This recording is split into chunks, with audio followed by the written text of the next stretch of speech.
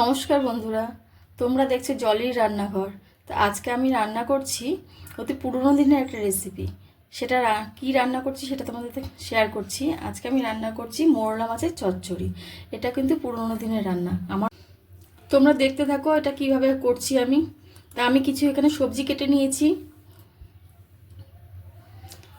এই সবজিগুলো আমি সবকটাই কড়াইয়ের মধ্যে দিয়ে দেবো। এখন তো পুরনো দিনের রান্না করা সবাই ভুলেই গেছে। সিম, আলু, বেগুন, পেঁয়াজ কলি সব একে একে এর মধ্যে দিয়ে দেবো। রান্নাটা খেতে কিন্তু দুর্দান্ত লাগে। এবার দেবো হচ্ছে কুচনো পেঁয়াজ, রসুন,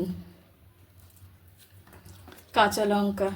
কাঁচা লঙ্কাটা যার যেরকম ঝাল অনুযায়ী দেবে, যে যেরকম খাও। এরপর দেবো হচ্ছে আমি মোরলা মাছ। এরপর দেব হলুদ। সামান্য কিছু উপকরণ দিয়ে এটা হয়ে যায়। সব কিছু তৈরি থাকলে 10 মিনিটের মধ্যে রান্নাটা হয়ে যাবে। লবণ, কালো জিরে আর সর্ষের তেল।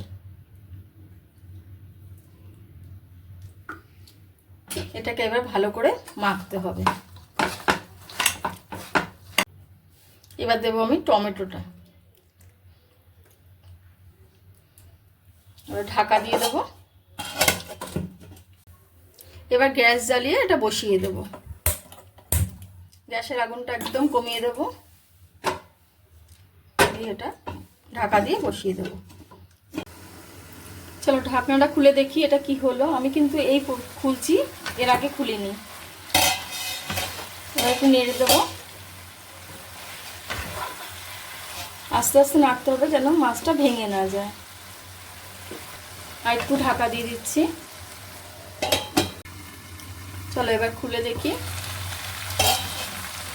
আমার কিন্তু এটা হয়ে গেছে। এরপরে আমি এর মধ্যে অ্যাড করবো হচ্ছে ধনে পাতা,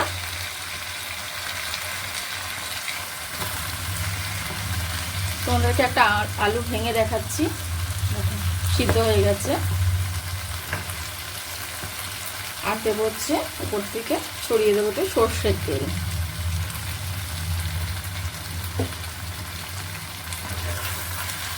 আমার এই রেসিপিটা তোমাদের কেমন লাগলো তা কমেন্টে জানাতে ভুলো না কিন্তু।